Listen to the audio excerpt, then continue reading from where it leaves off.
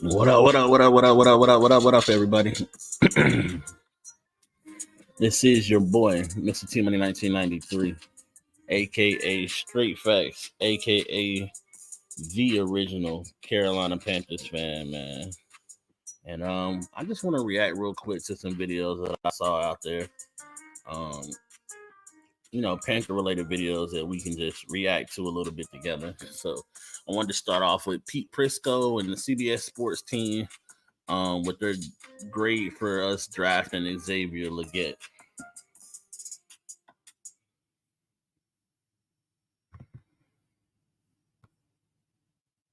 The Bills trade down not once, but twice. They're out of the first round altogether.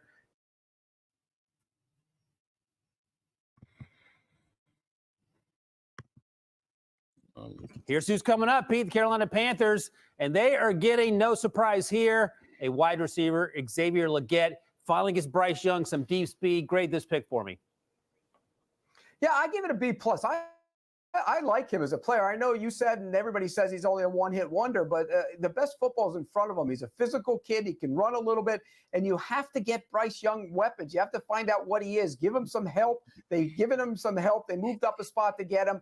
They've been linked to him a long time. I like to pick B+. You know, it's funny, Dave Canales had to answer questions because Xavier Legette said to the media that if he were there at 33, the Panthers are going to take him, and Canales had to tiptoe around that. It turns out he was right. He didn't go 33. He went 32. One-year wonder, as Pete mentioned, that's something you talked about when we were on the podcast, but his tape is hard to not be impressed by in 2023. No, his size, his athleticism, his ability to stretch down the field, that's what they didn't have last year. So in order for Bryce Young to have success, I think hiring Dave Canales as a head coach will definitely help Bryce Young moving forward. And now you add an offensive weapon that can stretch the field. This should be big for Carolina. We talk a lot about Rome Odunze helping himself with a remarkable 2023 season. I think Xavier Legette's a close second because we watched Spencer Rattler early on and were wholly and repeatedly impressed with the way number 17 played for the Gamecocks. Yeah, because he's one of those receivers in 50-50 contested situations. He has the athleticism and the size to go up and get the ball in contested catches. Yeah, no one's happier tonight after the Legette family than Bryce Young because he finally has a deep weapon coming to Carolina. Xavier Legette headed to Charlotte. And not just that, not just his deep playability. Xavier Legette is one of them guys that can catch something short and take it the distance. Like, I just feel like we haven't had that since DJ Moore, a receiver who at any point can take it to the crib, man. I think we got two of those guys now with him and Deontay Johnson, where Deontay Johnson can catch something short, make a guy miss, boom, and we out of there outrunning people. I love it. I love it. But that's the first video I wanted to react to with you guys. I think this was before the draft where Chris Sims was talking about potentially us taking Xavier Legette, A.D. Mitchell.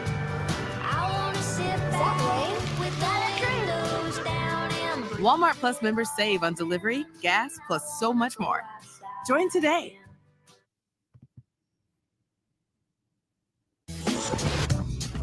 Clean up on aisle 5. Clean up on aisle 5. Xavier Legette realizing that the Panthers are currently not good. Maybe trying to get someone, because 33 is the first pick of round 2, obviously. Legette maybe hoping that one of those teams looking to trade down will trade with a team that jumps up to get Legette before he can be drafted by the Panthers. Yeah, I got the challenge flag on the Dave Canales explanation. It's well done, though. He sold it hard, though. He did a good job. No, I know. But if they're accidentally causing 50 guys to come to the conclusion that they're going to be the 33rd overall pick in the draft, that's on them. Yeah. That's just dumb. Because those guys are going to come out of there thinking, they told me they're taking me at number 33 if I'm there. Yeah. I don't, I'm not sure I really buy that either. He did do a good job selling it, right? I mean, Xavier Legette, right? He is. What it was that Canales said was, I told 50 guys potentially Um, if you're there at 33, we might take you. It was never a clear anything, but from the way that the draft went down, I think he clearly told Xavier Leggett that we clearly like you, and if you're there, we're gonna take you. Is one of the what I would call cluster, okay, of guys, okay. Podcast, I would have said the real word. You know the word I was thinking of? Yeah. You can always say fudge instead. I just did it earlier this show. Fudge. Yeah, that's not fun. Who the hell with that? All right. But either way, there is a group of guys there. Leggett being part of that. End of the first round, early second. Who goes there, right? Like we talked about, those last 4 or 5 picks, of the first round, I think is a wide range of like 10 or 15 guys that could go there, right? Leggett, Xavier Worthy, Adonai Mitchell from Texas, right? There's some, other O-linemen that are a part of that conversation. But, yeah, it'd be interesting. And they need a receiver. So I'm not shocked to hear them have that thought about Leggett. Well, we just hope there's a camera on David Tepper when the 33rd pick is made to see whether or not he throws a drink on someone in celebration or exasperation with the selection process. Maybe we need to see the camera on him at 32 because that's the last pick before they would run the board the next day. Either way, hopefully no drinks will be thrown in the Carolina draft room tonight, or hopefully they will be. Hi, it's Mike Florio. Thanks for watching PFT on YouTube. Hit subscribe.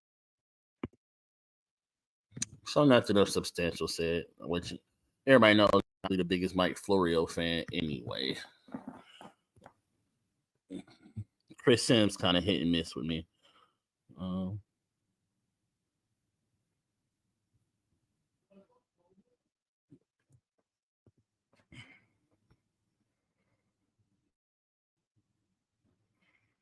So let's react to 99.9 The Fan.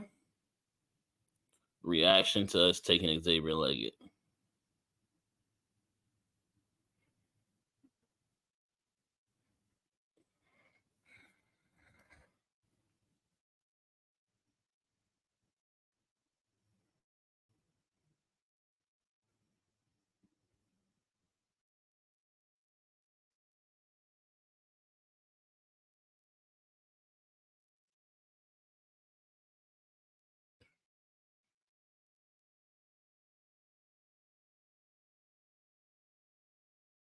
Today. But when you trade up into the first round, you get a special podcast. For those who don't know, you might be waking up to the news because you thought I'm going to go to bed early tonight. Carolina.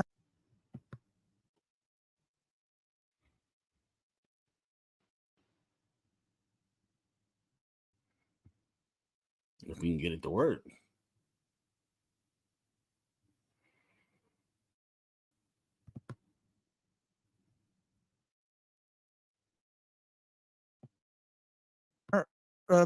Panthers aren't picking. They'll Well, just guess be what? in the second round. They moved the previous trade, and they get their guys. Xavier Leggett, the wide receiver, Chris. I'm not going to lie. I dig it. I'm for it. Your guy was there. Thank you, Dennis. The details of the trade. The Panthers went from pick 33 up to pick 32. They also gave up a 5th round pick this year, but they also got a 6th round pick in return. So the total number of picks that the Panthers got this year It's the same. doesn't change. So you swapped and you moved up one spot. That's all it was. That's the reason why I like it. That's really the reason why I like it. Things where you come into this draft without a first, you come into this draft without a 6th. You have 2 5ths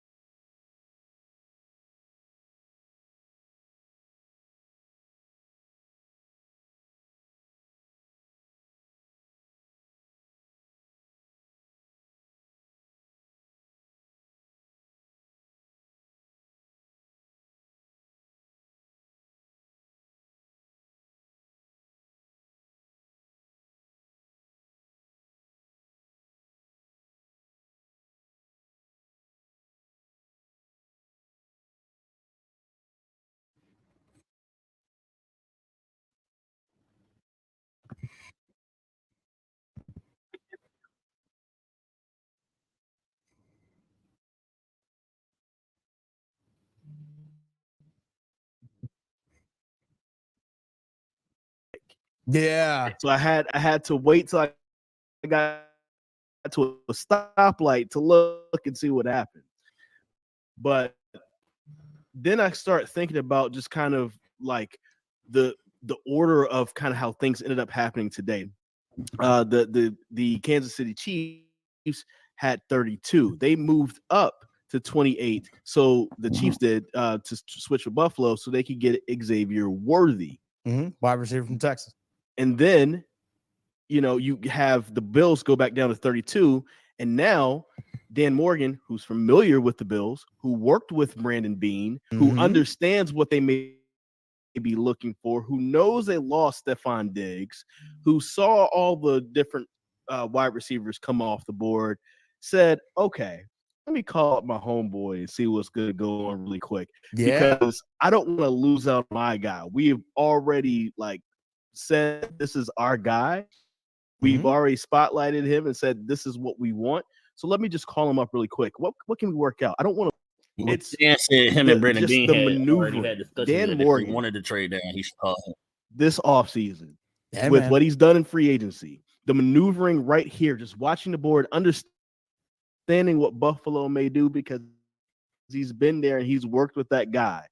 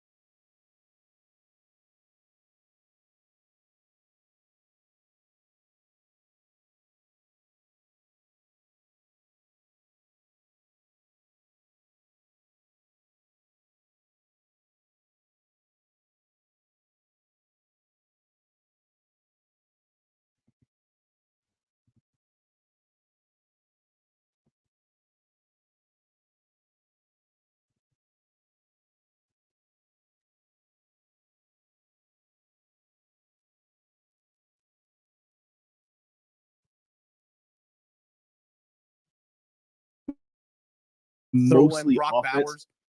Yeah. Mostly offense. You can get a top defensive player, and you named off a few that could potentially fall right now. And man, the Panthers are in good shape. And I didn't think I was going to be excited on Thursday night. Well, now it's Friday morning that we're recording this. But good job for Dan Morgan being alert and going after his guy, but still keeping the Panthers in play. Beautiful job. I love it. It's just Beautiful job. outstanding.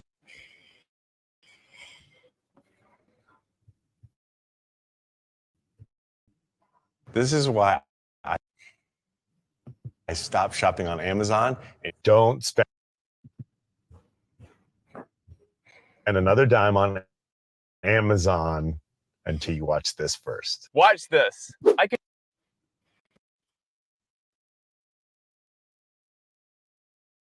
Outstanding. And again, the fact that this isn't what we saw last year with DJ Johnson, where it's, hey, let's use 2 picks to move up to get one guy. That was a wasted pick. This isn't, let's give a future pick along with the current pick to move up to. That's true. You didn't give away anything in the future. You didn't give away, taking yourself out of a round to get Xavier Legette like you did for DJ Johnson. So I agree with that sentiment. Draft Matt Corral. This isn't that move. This was, I'm still going to keep my same total number of picks, but I'm going to move up one spot to get my guy, and I don't lose that total number. They still got 7, and they got into the first round. And you know what? Well done. It's one of those things where I felt like Scott Fitterer, he got Panthers fans excited because, we didn't really have with Gettleman and with Marty Herney, like those guys weren't like big trade guys. Mm-hmm. They weren't going to like move up and down the board. And so it was kind of sometimes like Panthers drafts were kind of boring from the sense that there wasn't a lot of extra excitement. They came in with the picks they had. Maybe they'd move down to get a couple, but it wasn't like anything crazy. Scott Fitterer came in and was like, I'm going to be in on every deal. And the movement was exciting. And it was like, oh, snap, what is he doing? And, you put out the meme with the blue eyes and stuff like that.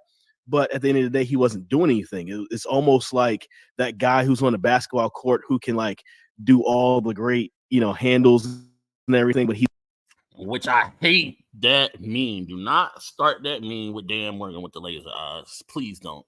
He's not really doing anything. He's not scoring. He's going to end up turning the ball over because he's just a layup. He's dribbling too much. He's dribbling. He's got a handle. He's going to miss the layup. That was Scott Fitterer. My man, Dan Morgan says, no, I only need a bink, bink, bink, and I'm past you. Boom, lay in. That's all I need. I ain't got to sit here and dance on you. I'm going to pop, pop, pop, get to my move, get to my spot. I'm going to make the shot, and we're going to come back on defense. Just a lot of Rip Hamilton mid-range, baby, just sinking them. That's what it is. Bro, it's like, what it is.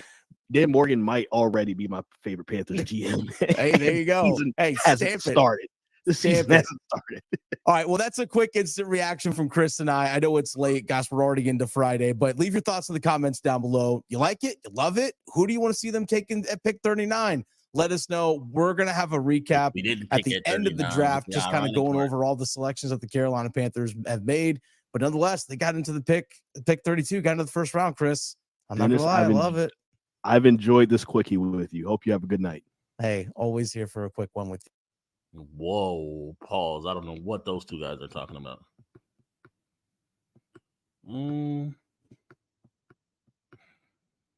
Real quick, I want to react to Tom Grossi's a Falcons fan reaction to draft picks.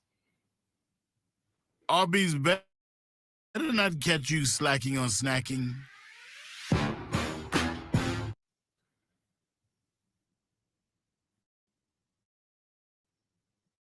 And here we go. We're going to get Dallas Turner. We can make that defense even better. Or maybe we get a weapon on the offense, or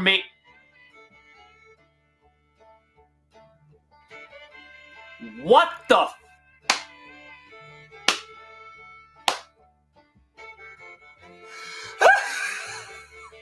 Michael Penix? We drafted a quarterback?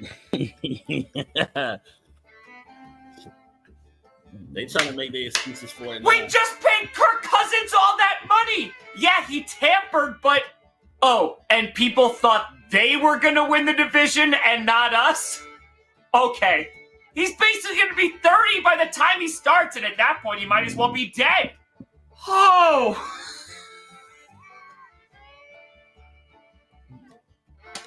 The one time I think this team is actually going to pick well, and this happens.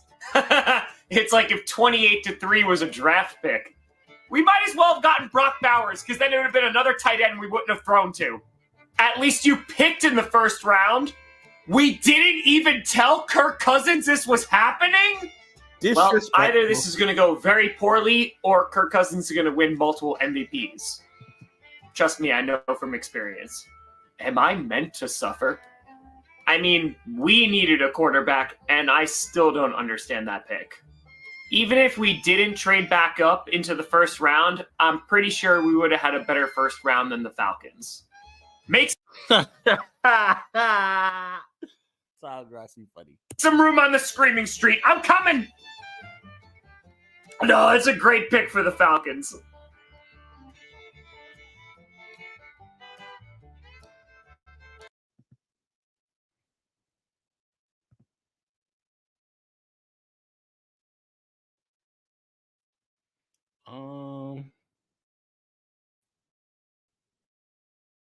I'm going to try to make sense of this because it's very, very difficult to do so. Some people may catch on.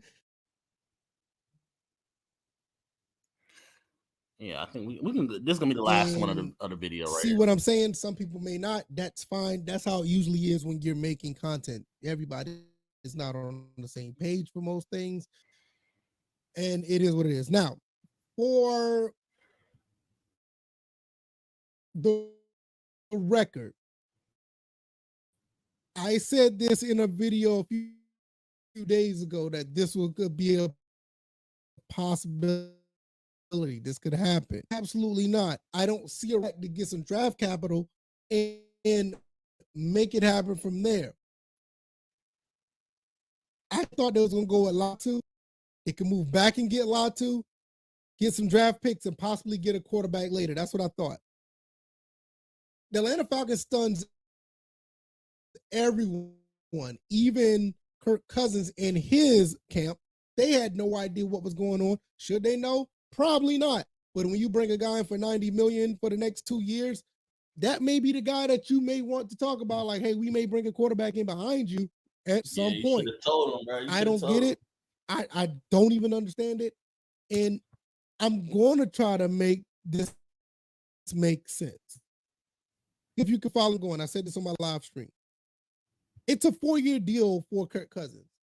Over the next 4 years, 2 of those years. I agree. You should have at least had a conversation with Kurt. Like, hey, Kurt, there is a possibility we might take a quarterback. Because especially with Kurt coming off of Achilles, like, what if you go through all training camp and Kurt don't look like Kurt, but Penix look like that guy? And now you trying to, like, hey, should we start him? Should we not start him? Like, I think you should just give him a heads up. Like, that would have been a respectful thing to do. You feel me?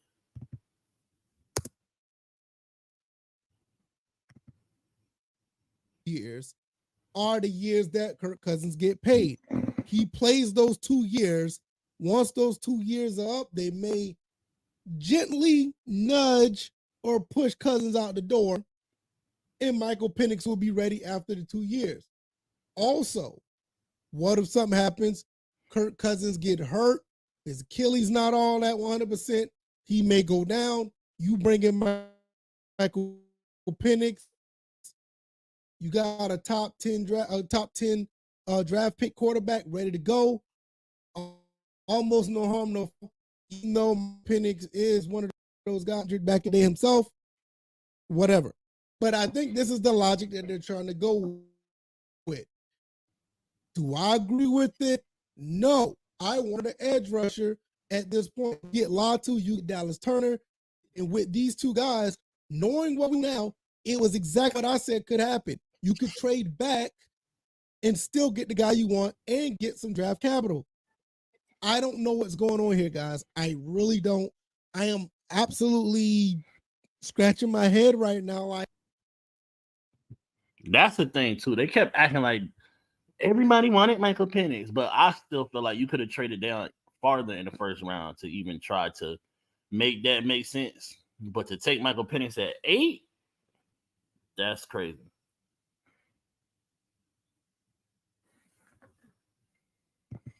Like, how to make sense of this? Because I have absolutely no idea how you make sense of what just happened.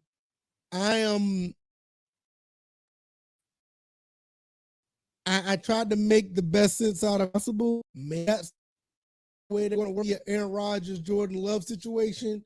But when you do something like this, you're putting it out there that other free agents like, do I really want to deal with a coach in a front office that was going to do me the same way? If I come in wanting to play where they turn around and draft somebody or bring somebody else in to undermine, and you just basically flip your salary cap on his head to an extent. Because let's just say, for instance, Kirk Cousins doesn't make it through the first season. You're going to be paying a $45 million quarterback on the bench while the rookie's playing. Look, for me, I don't care. As long as we win, I'm good. But for salary purposes, the front office is going to have something to deal with. They could be in the same situation where they may try to get rid of him and have a lot of dead cap money, and you're looking like the Denver Broncos right now. In a situation with Russell Wilson's contract. We just got out of that situation with Matt Ryan years ago. Why would we do ourselves like that again? I don't know. But I will say this. For now, I'm going to lean on the logic that I just tried to put out there.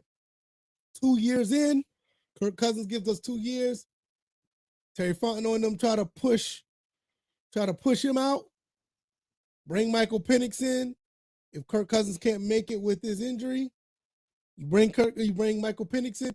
That's the only way I can make it make sense, guys and girls. I just don't know any other way. I feel like the way this went down, it kind of hoodwinked everybody. Because if you're going to, like, even if you would have got Michael Penix at a situation where you trade back to get him, it won't be as much of an issue because you still have draft capital. If you were to try to get a quarterback later on in the draft, nobody will be mad about that because a lot of people know that we need edge rush. Maybe the front office think they believe in the edge rush we got. Maybe so. But I'm not sold on it 100%. It's one of the reasons why I wanted to get Latu. I don't know what the Falcons are doing, y'all. I really don't. I'm a little disappointed. I'm a little bit surprised, but I see what they're trying to do. But it to me, you can't sell us that you're trying to win now and you do something like this. Agreed. I'm gonna get out of here, y'all. We'll see how the rest of the draft goes, and I'll talk to you guys soon. All right, y'all. I'm out. Peace. I agree. You can't say you're all in on winning the division with that move. That's just my personal opinion. But let me know what you think about all these videos in the comment section. Make sure you like, share, subscribe. T-Mobile savings to the channel. We are guys. Focus. Here's the line. We are on our journey to 1,000 subs. I hope you will help us get to that. But this is your boy, MrTMoney1993, aka Straight Facts. That's all I spit this YouTube thing, aka the original Panthers fan, man. I'm out.